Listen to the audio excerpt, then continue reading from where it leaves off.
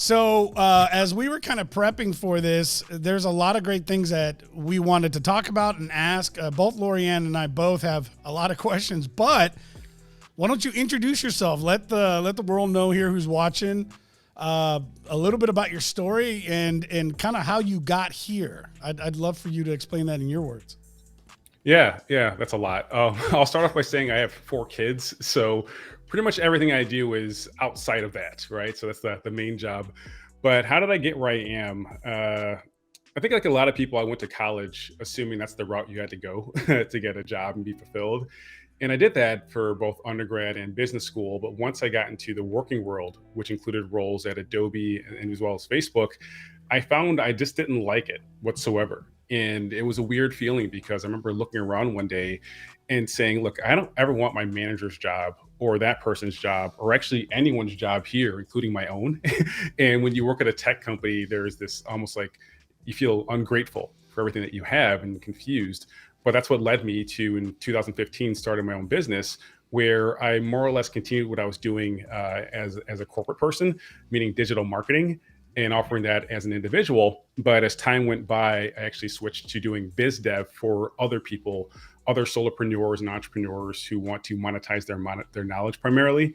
And the benefit is I can just help them avoid all the mistakes I made and save them a lot of time, frustration, and help them make more money.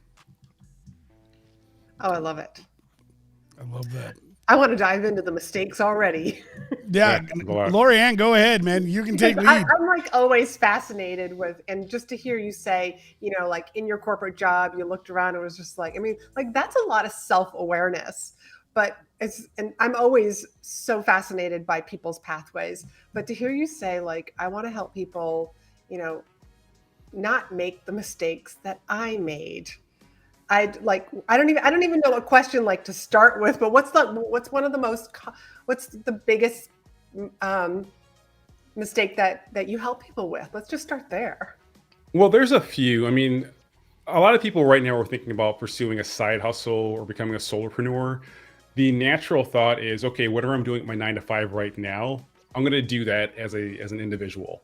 But when you have the freedom to say, look, I don't have to keep on doing the same thing over and over again, because maybe for your 9-to-5, you do marketing, like all kinds of marketing. Maybe you only really like email marketing. Great, double down on that, right? And be really niche and be really focused.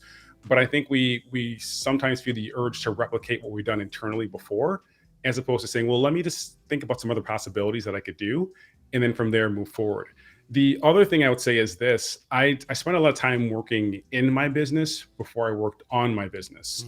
And by that, I mean just trying to get clients, right? Just saying, hey, here's this thing. Do you want to buy it? So on and so forth, as opposed to putting together the actions, tools, and mindset needed to be successful. So I know everyone says just get started, but yeah, you can get started building first before amplifying what you built. And that's the two of the major issues that I had.